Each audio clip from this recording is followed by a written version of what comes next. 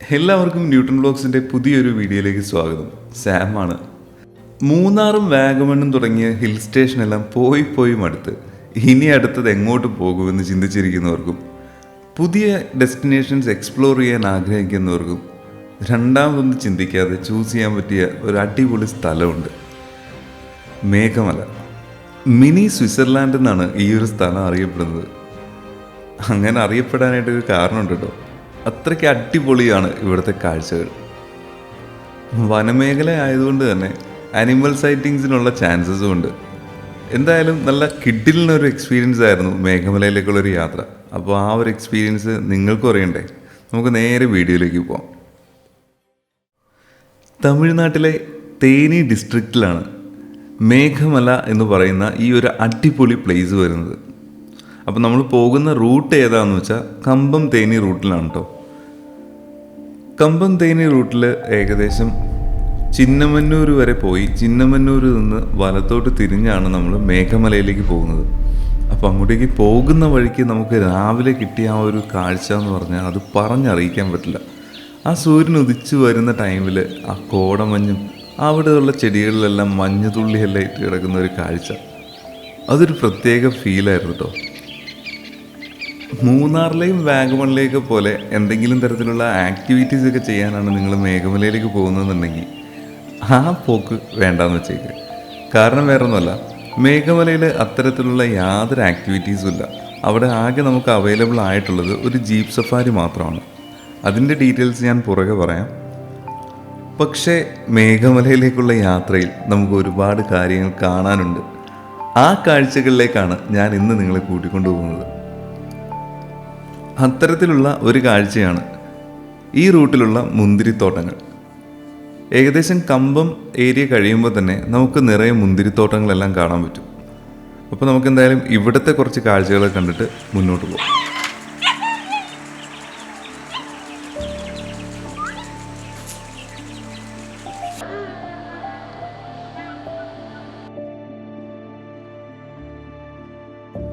ഇവിടെ മുന്തിരിയുടെ സീസൺ ആയി വരുന്നതേ ഉള്ളൂ. അതുകൊണ്ട് തന്നെ പല തോട്ടങ്ങളിലും നല്ല രീതിയിൽ പഴുത്ത് നിൽക്കുന്ന മുന്തിരിയൊന്നും കാണാൻ പറ്റില്ല കേട്ടോ. പക്ഷേ ഈ മുന്തിരിത്തോട്ടത്തിൻ്റെ അടിയിലൂടെ ഇങ്ങനെ നടക്കുന്ന ആ ഒരു ഫീൽ ഉണ്ടല്ലോ, അതൊരു പ്രത്യേക രസമാട്ടോ.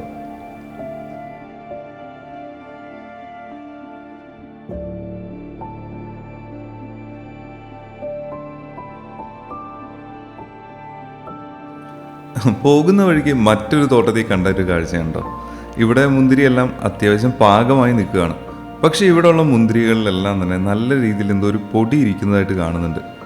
എന്തെങ്കിലും തരത്തിലുള്ള കെമിക്കൽ അടിച്ച് കയറ്റിയിരിക്കുന്നതാണോ എന്നറിയില്ല.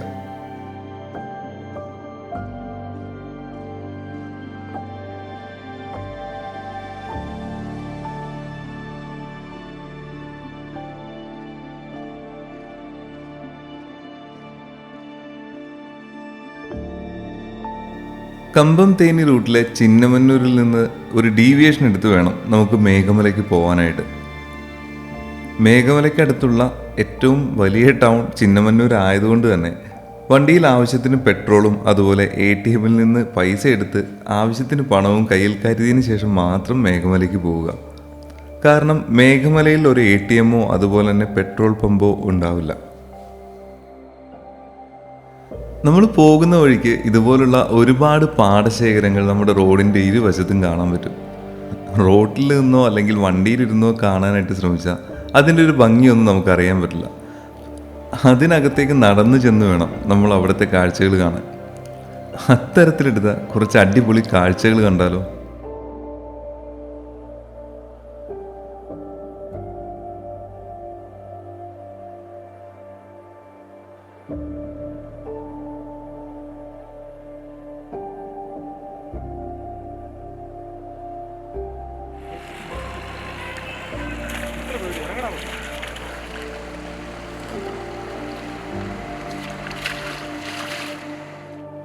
കൃഷി തന്നെയാണ് തേനി ഡിസ്ട്രിക്റ്റിൻ്റെ പ്രധാന വരുമാന മാർഗം എന്ന് പറയുന്നത്. കരിമ്പും നെല്ലും പൂക്കളും മുന്തിരിയും ഇതെല്ലാം ഇതിൽ പ്രധാനികളാണ്. നില ഉഴുന്നതിനായിട്ട് ട്രാക്ടർ ഉൾപ്പെടെയുള്ള അത്യാധുനിക രീതികളെല്ലാം ഉണ്ടെങ്കിൽ പോലും ഈ ഒരു ഭാഗങ്ങളിലെല്ലാം നമുക്കിപ്പോഴും കാണാൻ കഴിയുന്നത് പണ്ട് കാലത്ത് ഉപയോഗിച്ചുകൊണ്ടിരുന്ന രീതിയിലുള്ള കലപ്പയും അതുപോലെ കാളകളെയുമാണ്.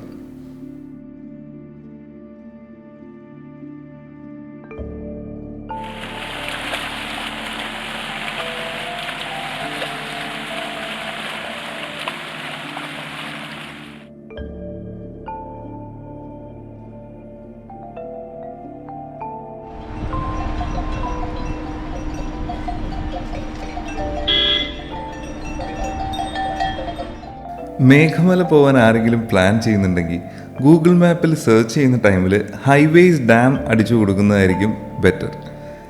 എന്തായാലും ലൊക്കേഷൻ ഞാൻ വീഡിയോയുടെ ഡിസ്ക്രിപ്ഷനിലും കൊടുത്തിട്ടുണ്ട്. അപ്പോൾ ഡൗട്ടുള്ളവർ അതിലൊന്ന് കയറി നോക്കിക്കോട്ടോ. പോകുന്ന വഴിക്ക് കണ്ട മറ്റൊരു ഇൻട്രസ്റ്റിംഗ് ആയിട്ടുള്ളൊരു കാഴ്ചയായിരുന്നു കേട്ടോ ഇത്. ആലിൻ്റെ വേരിൽ തൂങ്ങിയിട്ട് കുറേ കുട്ടികൾ ഇങ്ങനെ ആടി കളിക്കുന്നുണ്ടായിരുന്നു. പക്ഷേ ഇതിൻ്റെ ഒരു അപകടം എന്താണെന്ന് വെച്ചാൽ ഒരുപാട് വണ്ടികൾ പോകുന്ന ഒരു റോട്ടിലാണ് ഇവർ ഈ തരത്തിൽ ആടിക്കളിക്കുന്നത്. ഞാനപ്പോൾ അതൊക്കെ ആലോചിച്ച് നിൽക്കുന്ന സമയത്ത് തന്നെ വേറൊരു ചേച്ചി വന്ന് അവിടെ നിന്ന് ആ കുട്ടികൾ ഓടിക്കുന്നുണ്ടായിരുന്നു. എന്തായാലും ഈ ഒരു കാഴ്ച കണ്ടപ്പോൾ എന്നെപ്പോലെ തന്നെ പലരും അവരുടെ കുട്ടിക്കാലത്തേക്കൊന്ന് തിരിച്ചു പോയിട്ടുണ്ടാവുമെന്ന് ഞാൻ വിചാരിക്കുന്നു.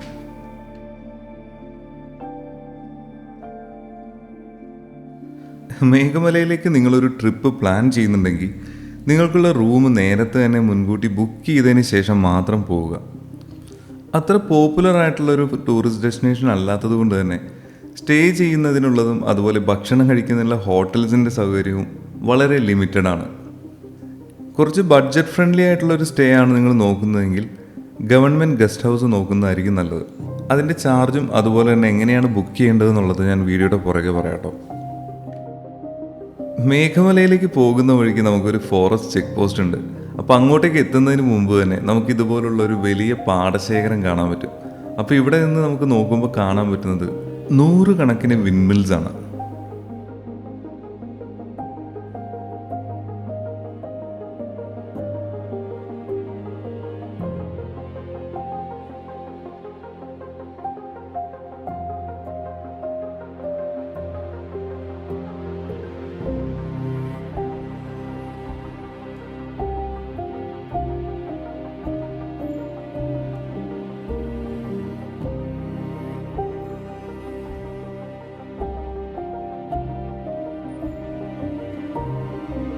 മേഘമലയിലേക്ക് പോകുന്ന വഴിക്ക് നമുക്കൊരു ഫോറസ്റ്റ് ചെക്ക് പോസ്റ്റ് ഉണ്ട്. അവിടുത്തെ എൻട്രി ടൈം എന്ന് പറയുന്നത് രാവിലെ 6 മണി മുതൽ വൈകുന്നേരം 5 മണി വരെ മാത്രമാണ്. ഇനി അങ്ങോട്ടേക്ക് കുറച്ച് ദൂരം നമുക്ക് നല്ല ഹെയർ പിൻ ബെൻഡുകളുള്ള വഴികളിലൂടെയാണ് പോകാൻ പോകുന്നത്. മഴക്കാലത്താണ് നിങ്ങൾ ഈ ഒരു വഴി പോകുന്നതെങ്കിൽ തീർച്ചയായും അത് ഞാൻ സജസ്റ്റ് ചെയ്യുന്നില്ല. കാരണം ഈ ഒരു റൂട്ടിൽ മഴക്കാലത്ത് മണ്ണിടിയുന്നതിനുള്ള ചാൻസ് വളരെ കൂടുതലാണ്. ഇപ്പോൾ നമ്മൾ ഈ പോകുന്ന വഴിയിൽ നോക്കുമ്പോൾ തന്നെ നിങ്ങൾക്ക് റോഡിൻ്റെ വശങ്ങളിലായിട്ട് മണ്ണിടിഞ്ഞ് കിടക്കുന്നതെല്ലാം കാണാൻ പറ്റും. അത് നല്ല പടുകൂറ്റൻ പാറക്കല്ലുകളൊക്കെയാണ് വന്ന് കിടക്കുന്നത്. നമ്മളിപ്പോൾ പോകുന്ന ഈ ഒരു വഴി മുതൽ മേഘമലയുടെ എൻഡ് വരെയുള്ള പ്ലേസ് ശരിക്കും പറഞ്ഞാൽ ഒരു കാടിനകത്തുള്ളൊരു ഏരിയ ആണ്. അതുകൊണ്ട് തന്നെ ഈ ഒരു ഏരിയയിൽ നല്ല രീതിയിലുള്ള ആനിമൽ പ്രസൻസ് ഉണ്ട്. അപ്പോൾ ഇവിടെ വരുന്നവരെല്ലാവരും തന്നെ പരമാവധി നൈറ്റ് ട്രാവൽ ഒഴിവാക്കുന്നതാണ് നല്ലത്.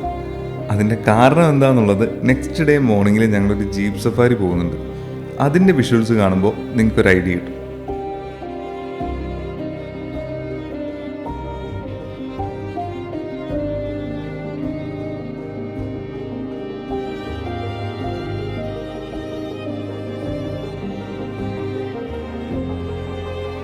മേഘമലയിലെ പ്രധാന കൃഷി എന്ന് പറയുന്നത് തേയിലയാണ് കേട്ടോ. അപ്പോൾ ഇനി അങ്ങോട്ടേക്കുള്ള യാത്ര മുഴുവൻ തേയിലക്കാടുകളുടെ നടുവിലൂടെയാണ്.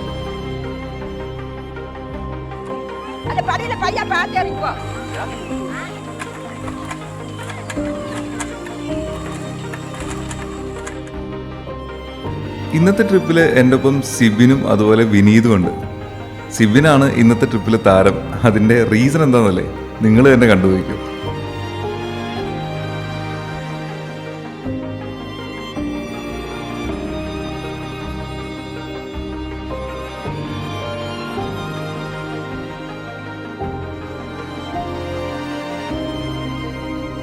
പാറപ്പുറത്ത് നല്ല അടിപൊളി ഒരു വീഴ്ച വീണ്ട് ഇതൊക്കെ എന്ത് എന്ന മട്ടിലായിരുന്നു സിബിൻ്റെ തിരിച്ചുവരവ്. സിബിൻ വീണതുകൊണ്ട് തന്നെ അതിൽ നിന്ന് എസ്കേപ്പ് ആയിട്ട് ഇതാ ഇറങ്ങി വരുന്ന ആളെ കണ്ടില്ലേ. അപ്പോൾ ഇതാണ് നമ്മുടെ രണ്ടാമത്തെ ആള്, വിനീത്. വിനീതിനെ നമ്മൾ ഇതിനു മുമ്പുള്ള വീഡിയോയിലും പരിചയപ്പെടുത്തിയിട്ടുണ്ട് കേട്ടോ. നമ്മുടെ നെല്ലിയാമ്പതി ട്രിപ്പ് പോയപ്പോൾ അന്ന് ബാത്റൂമിൽ വീണ് കൈയൊടിഞ്ഞ ഒരാളുടെ കാര്യം പറഞ്ഞില്ലേ, അത് വേറെ ആരുമല്ല, നമ്മുടെ സിബിൻ തന്നെയാണ് കേട്ടോ.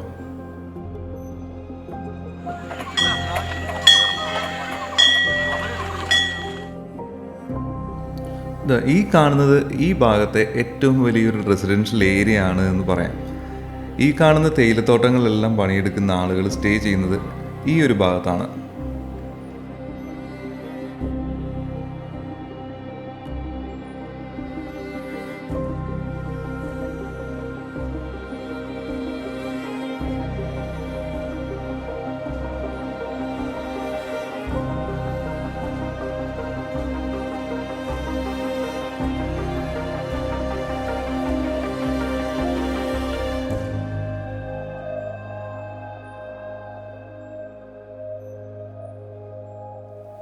ഈ കാണുന്നതാണ് ഹൈവേസ് ഡാം.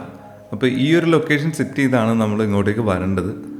ഇനി ഇവിടെ നിന്ന് കുറച്ചുകൂടി മുന്നോട്ട് പോകുമ്പോൾ നമുക്ക് ഗവൺമെൻറ് ഗസ്റ്റ് ഹൗസ് എത്തും. ഏകദേശം 2 കിലോമീറ്ററാണ് ഇവിടെ നിന്നുള്ള ദൂരം. അപ്പോൾ ഈ ഒരു ഡാമിൻ്റെ താഴെ ഭാഗത്ത് തന്നെ ഇവിടെ നിങ്ങൾക്കൊരു ഹോട്ടൽ കാണാൻ പറ്റും. വളരെ ചുരുക്കം ഹോട്ടൽസ് മാത്രമാണ് ഇവിടെ അവൈലബിൾ ആയിട്ടുള്ളത്. അതിലൊന്നാണ് ഈ കാണുന്ന ഹോട്ടൽ. നമ്മൾ ഏകദേശം 3 മണിയോട് കൂടിയാണ് ഈ ഒരു സ്ഥലത്തേക്ക് എത്തിയത്. ആ ഒരു ടൈമിലും മീൽസ് അവൈലബിൾ ആയിരുന്നു. പിന്നെ നൈറ്റിലേക്ക് സാധാരണഗതിയിൽ ദോശ എന്തെങ്കിലുമാണ് ഉണ്ടാവാറുള്ളത്. നമ്മൾ റിക്വസ്റ്റ് ചെയ്യുകയാണെന്നുണ്ടെങ്കിൽ ചപ്പാത്തിയോ ചിക്കൻ കറിയൊക്കെ ആയിട്ട് നമ്മുടെ ഓർഡർ അനുസരിച്ച് അവർ ചെയ്തു തരും. മേഘമലയിലേക്ക് യാത്ര ചെയ്യുമ്പോൾ പരമാവധി പ്രൈവറ്റ് വെഹിക്കിളിൽ തന്നെ വരുന്നതായിരിക്കും നല്ലത്. കാരണം പബ്ലിക് ട്രാൻസ്പോർട്ടേഷനെ ആശ്രയിക്കുന്ന ആളുകൾക്ക് വളരെ ചുരുക്കം ബസ്സുകൾ മാത്രമാണ് മേഘമലയിലേക്ക് അവൈലബിൾ ആയിട്ടുള്ളത്. അപ്പോൾ ഈ കാണുന്നതാണ് നമ്മുടെ ഗവൺമെൻറ് ഗസ്റ്റ് ഹൗസ് എന്ന് പറയുന്നത്. അപ്പോൾ ഇവിടെയാണ് നമ്മൾ ഇന്നത്തേക്കുള്ള റൂം ബുക്ക് ചെയ്തത് കേട്ടോ. ഗവൺമെൻറ് ഗസ്റ്റ് ഹൗസ് ആണെങ്കിൽ പോലും ഇതിരിക്കുന്ന ആ ഒരു ലൊക്കേഷനില്ലേ, അതാണ് ശരിക്കും പറഞ്ഞാൽ ഞങ്ങൾ ഞെട്ടിച്ച് കളഞ്ഞത്. അത്രയ്ക്ക് അടിപൊളി ഒരു ലൊക്കേഷനിലാണ് ഈ ഒരു ഗസ്റ്റ് ഹൗസ് സ്ഥിതി ചെയ്യുന്നത്. ഇവിടെ സ്റ്റേ ചെയ്യുന്നതിന് 2 പേർക്ക് സ്റ്റേ ചെയ്യാൻ പറ്റുന്ന ഒരു റൂമിൻ്റെ റേറ്റ് എന്ന് പറയുന്നത് 1200 രൂപയാണ്. 3 പേർക്ക് സ്റ്റേ ചെയ്യാൻ പറ്റുന്ന ഒരു റൂമിൻ്റെ റേറ്റ് 1650 രൂപയാണ്. അപ്പോൾ അത്തരത്തിലുള്ള ഏകദേശം 10-12 റൂംസ് ഇവിടെ അവൈലബിൾ ആണ്. മിക്ക വീക്കെൻഡ്സിലും അത് കംപ്ലീറ്റ് ആയിട്ട് ഫില്ല് ആവാറുമുണ്ട്. അതുകൊണ്ട് തന്നെ നിങ്ങൾ നേരത്തെ കൂട്ടി അത് ബുക്ക് ചെയ്തിട്ട് വരിക. ബുക്ക് ചെയ്യാനായിട്ടുള്ള നമ്പേഴ്സ് ഞാൻ വീഡിയോയുടെ ഡിസ്ക്രിപ്ഷനിൽ കൊടുത്തിട്ടുണ്ട്. അപ്പോൾ ആ നമ്പറിൽ വിളിച്ചതിന് ശേഷം ബുക്ക് ചെയ്ത് അഡ്വാൻസ് പേയ്മെൻറ്റ് ചെയ്ത് കഴിഞ്ഞാൽ നമ്മുടെ ബുക്കിംഗ് അവിടെ സെറ്റാണ്. ഈ ഒരു ഗസ്റ്റ് ഹൗസിൽ നിന്ന് ഏകദേശം 2 കിലോമീറ്റർ പിന്നോട്ട് സഞ്ചരിച്ച് വേണം നമുക്ക് ആദ്യം കണ്ട ആ ഒരു ഹോട്ടലിൽ ചെല്ലാനായിട്ട്. അപ്പോൾ അവിടെ വരെ പോകാനായിട്ട് ബുദ്ധിമുട്ടുള്ളവർക്ക് ഈ ഒരു ഗസ്റ്റ് ഹൗസിനോട് ചേർന്ന് തന്നെ ഒരു ചെറിയ ക്യാൻറ്റീൻ ഉണ്ട്. അപ്പോൾ അത്യാവശ്യം നമുക്ക് അവിടെ നിന്നെല്ലാം ഭക്ഷണം കഴിക്കാൻ പറ്റും.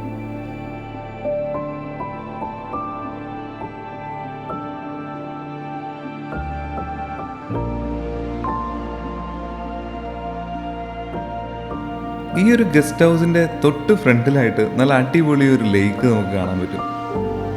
ഒരുപാട് പേര് അവിടെ ഇവിടെയൊക്കെ ആയിട്ട് ചൂണ്ടയിട്ട് നിൽക്കുന്നതും കാണാം.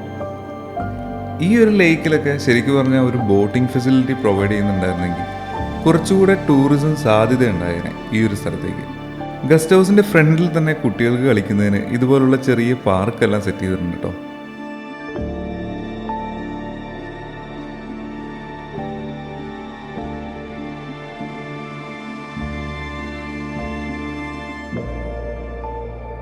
കാടിനോട് അടുത്തുള്ള ഏരിയ ആയതുകൊണ്ടാവാം ഒരു കാട്ടുപന്നി നമ്മുടെ ഗസ്റ്റ് ഹൗസിൻ്റെ ഫ്രണ്ടിൽ കുറേ നേരമായിട്ട് അങ്ങോട്ടും ഇങ്ങോട്ടും ഒക്കെ നടക്കുന്നുണ്ട്.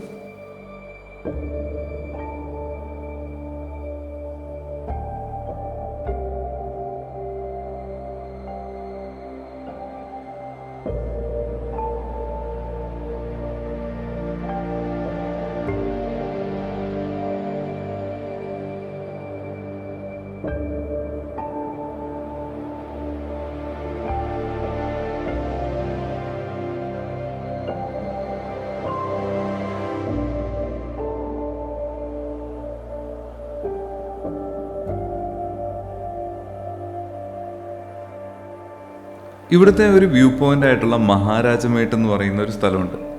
അപ്പോൾ ഇന്നെന്തായാലും കിടന്നുറങ്ങി നാളെ അതിരാവിലെ നമുക്ക് അങ്ങോട്ടേക്കൊരു ട്രിപ്പ് പോകാം. കുറച്ച് അനിമൽസിനെയൊക്കെ കാണാം.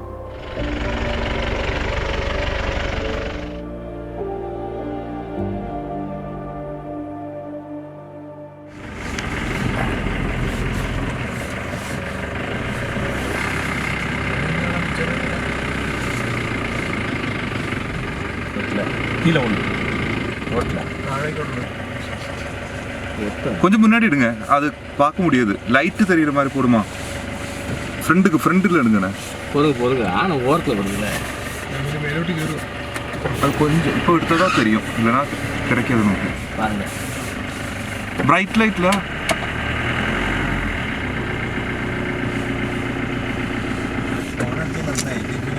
இறங்கி கூடாதுங்க, இறங்காது. ஆனால் இறங்கிடுங்க. ஆனால் லைட்டு தெரியலண்ணே. லைட்டிங்க நம்ம ஏற்ற മാറ്റി. എനിക്ക് നല്ല രീതിയിൽ ദേഷ്യം വന്നൊരു സിറ്റുവേഷൻ ആയിരുന്നു കേട്ടോ അത്. നല്ല 2 അടിപൊളി ആനകളെ നമ്മുടെ വണ്ടിയുടെ തൊട്ട് ഫ്രണ്ടിൽ കിട്ടിയതാണ്. ഒരു കൊമ്പനും ഒരു പിടിയും ഉണ്ടായിരുന്നു. നമ്മുടെ ഡ്രൈവർ പേടിച്ച് വണ്ടി തിരിക്കാതിരുന്നുകൊണ്ട് മാത്രം എനിക്ക് അതിൻ്റെ വ്യക്തമായിട്ട് വീഡിയോ എടുക്കാനും പറ്റിയില്ല.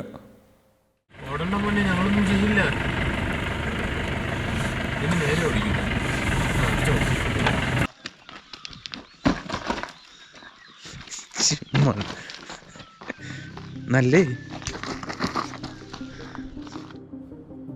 ഇപ്പോൾ ഇതാ ഈ കാണുന്ന വഴിയാണ് മഹാരാജമേട്ട് എന്ന് പറയുന്ന വ്യൂ പോയിന്റിലേക്ക് നമ്മൾ പോകുന്നത്. പെർ ഹെഡ് 30 രൂപയ്ക്ക് ഒരു പാസ് ഉണ്ട്. അതെടുത്തതിന് ശേഷം വേണം നമുക്ക് അകത്തേക്ക് പോകാൻ.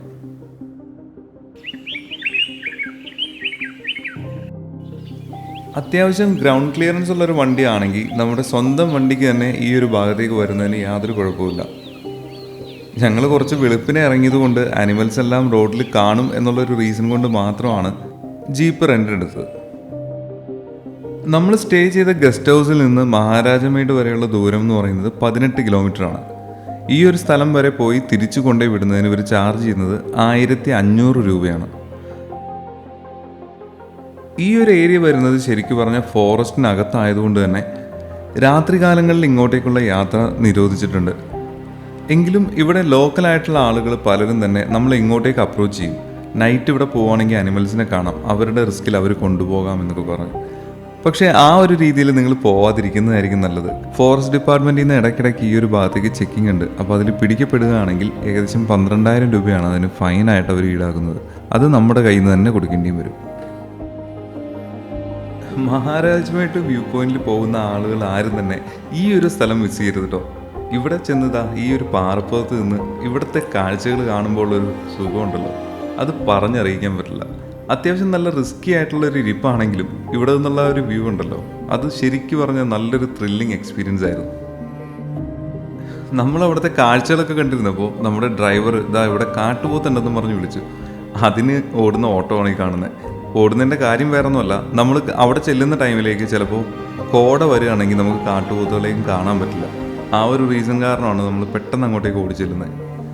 നമ്മൾ ഓടിച്ചെന്നപ്പോൾ കാട്ടുപോത്തൊക്കെ അവിടെ നിൽക്കുന്നുണ്ട്. പക്ഷേ അത് അങ്ങ് അറ്റത്ത് കാണുന്നൊരു മലയുടെ താഴെ ഭാഗത്തായിട്ടാണ്. നമ്മുടെ കയ്യിൽ ടെലിലെൻസ് എടുക്കാതിരുന്നതുകൊണ്ട് തന്നെ സൂം ചെയ്ത് കാണിച്ചു തരാനായിട്ടുള്ള ഓപ്ഷൻ ഇല്ല. അപ്പോൾ ആകെയുള്ളൊരു മാർഗം നമുക്ക് ഈ ഒരു മല താഴേക്ക് ഇറങ്ങി കുറച്ചുകൂടി അടുത്ത് എന്നിട്ട് ഇതിനെ ഷൂട്ട് ചെയ്യുക എന്നുള്ളതാണ്. നമുക്ക് എന്തായാലും അതൊന്ന് ട്രൈ നോക്കാം. ഈ കാണുന്നൊരു ചെറിയ ടെമ്പിള്, അവിടെ മകരവിളക്കിൻ്റെ അന്ന് അത്യാവശ്യം നല്ല തിരക്കുണ്ടാവും എന്നാണ് പറയുന്നത്. അപ്പോൾ ഈ ഒരു മലയുടെ മുകളിൽ നിന്ന് തന്നെ നമുക്ക് മകരജ്യോതി കാണാൻ പറ്റും എന്നാണ് പറയുന്നത് കേട്ടോ. ഇതിൻ്റെ തൊട്ടടുത്ത് തന്നെ തമിഴ്നാട് പോലീസിൻ്റെ ഒരു വയർലെസ് സ്റ്റേഷൻ കൂടിയുണ്ട്. ഈ കാണുന്നത് പണ്ട് കാലത്തുണ്ടായിരുന്ന ഒരു അമ്പലമാണ്. ഫോറസ്റ്റ് ഏരിയ ആയതുകൊണ്ടായിരിക്കണം ഇപ്പോൾ എന്തായാലും ഈ ഒരു അമ്പലം നല്ല രീതിയിൽ മെയിൻറ്റെയിൻ ചെയ്യാത്ത രീതിയിലാണ് നമുക്ക് കാണാൻ പറ്റുന്നത്.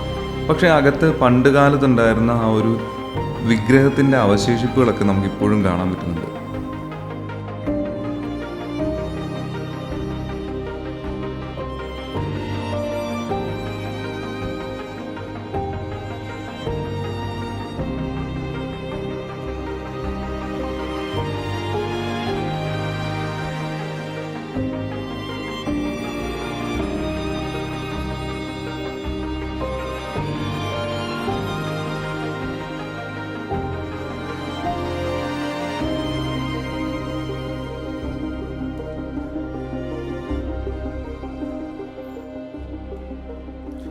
ഈ ഒരു ഏരിയയിൽ നിന്ന് നമ്മൾ മല ഇറങ്ങി തുടങ്ങും കേട്ടോ.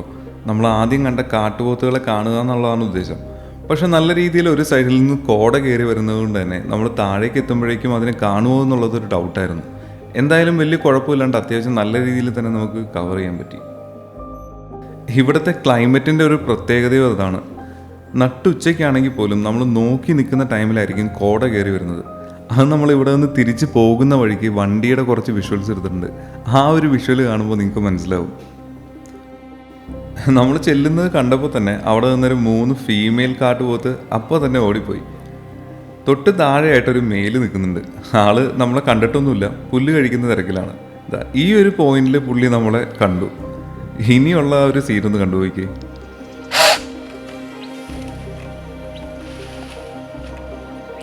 നിങ്ങൾ പേടിച്ചായിരുന്നോ? ആ ഒരു സൗണ്ട് കേട്ടപ്പോൾ ഞാൻ നല്ല രീതിയിൽ ഞെട്ടി കേട്ടോ. കാര്യം വേറെ ഒന്നുമല്ല, നല്ലൊരു ചരിവിലാണ് നിന്നിരുന്നത്. നമ്മൾ നിൽക്കുന്നതിൻ്റെ റൈറ്റ് സൈഡിൽ നിന്ന് വല്ല കാട്ടുപോത്ത് വരുന്നുണ്ടെങ്കിൽ നമുക്ക് അറിയാൻ പോലും പറ്റില്ല. ആ കാട്ടുപോത്ത് പോകുന്ന ആ ഒരു സ്ഥലത്തേക്ക് നോക്കി, ഒരു സൈഡിൽ നിന്ന് കോട എരച്ച് കയറി വരുന്നുണ്ട്. അതുകൊണ്ട് തന്നെ ഒരു 10 സെക്കൻഡ് അല്ലെങ്കിൽ 15 സെക്കൻഡിന് കൂടുതൽ നമുക്ക് ഈ ഒരു വിഷ്വൽ ഇനി കാണാൻ പറ്റില്ല. ഇപ്പം എന്തായാലും നമുക്ക് നേരെ തിരിച്ച് കയറാം.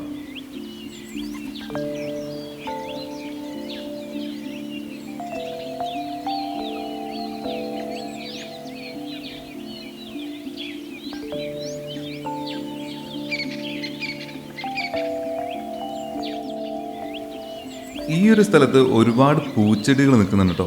അതുപോലെ തന്നെ ഈ പൂച്ചെടികൾക്കിടയിൽ ഇഷ്ടം പോലെ കിളികളും, പല ടൈപ്പ് വെറൈറ്റി കിളികളെ കാണാൻ പറ്റി. ഞാൻ ടെലിലെൻസ് എടുക്കാണ്ടിരുന്നതുകൊണ്ട് തന്നെ എല്ലാത്തിനെയും ഒന്നും വീഡിയോയിൽ പകർത്താനും പറ്റിയില്ല.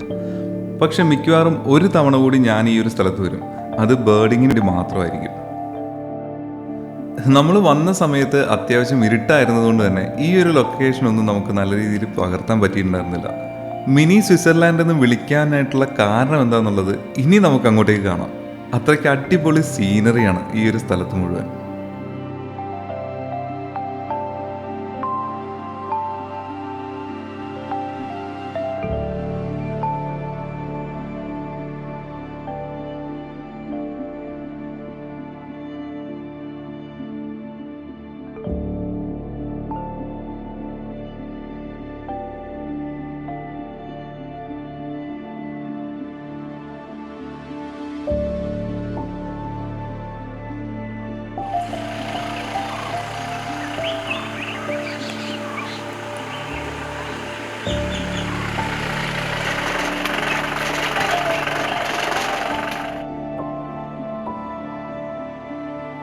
നമ്മൾ സ്റ്റേ ചെയ്ത ഗസ്റ്റ് ഹൗസ് മുതൽ മഹാരാജമേട്ടിലേക്കുള്ള ഏകദേശം ഒരു 5 കിലോമീറ്ററോളം നല്ല റോഡാണ്.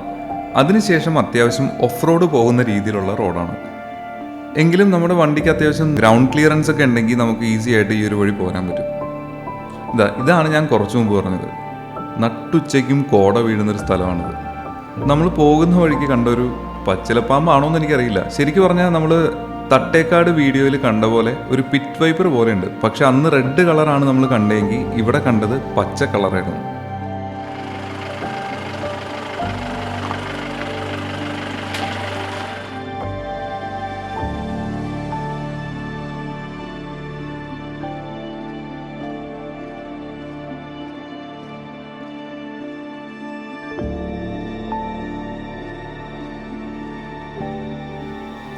ഈ കാണുന്നതാണ് വെണ്ണിയാർ ടീ ഫാക്ടറി. തേയിലത്തോട്ടത്തിന്റെ നടുക്ക് നിൽക്കുന്ന ഈ ഒരു ഫാക്ടറി ഒരു പ്രത്യേക ഭംഗി തന്നെയാണ് കേട്ടോ.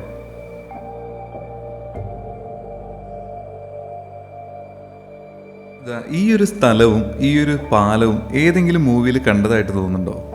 സൂര്യയുടെ ജയ് ഭീം എന്ന് പറയുന്ന ഒരു മൂവിയിൽ സൂര്യ ഈ ഒരു പാലത്തിലൂടെ നടന്നു വരുന്നൊരു സീനുണ്ട്.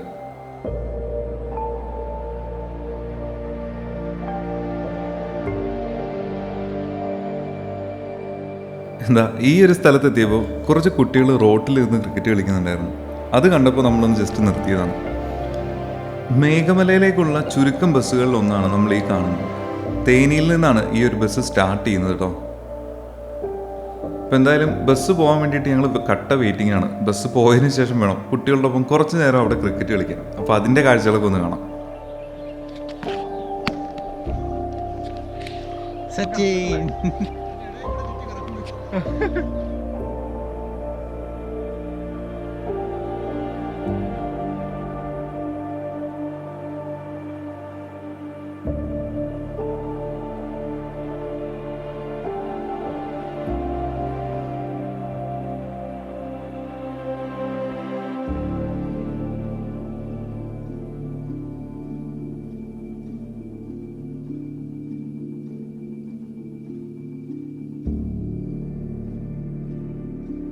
അപ്പോൾ ഇന്നത്തെ വീഡിയോ എല്ലാവർക്കും ഇഷ്ടപ്പെട്ടു എന്ന് വിചാരിക്കുന്നു. ഇഷ്ടപ്പെട്ടെങ്കിൽ തീർച്ചയായും അത് കമൻറ്റ് ബോക്സിലൂടെ അറിയിക്കുക.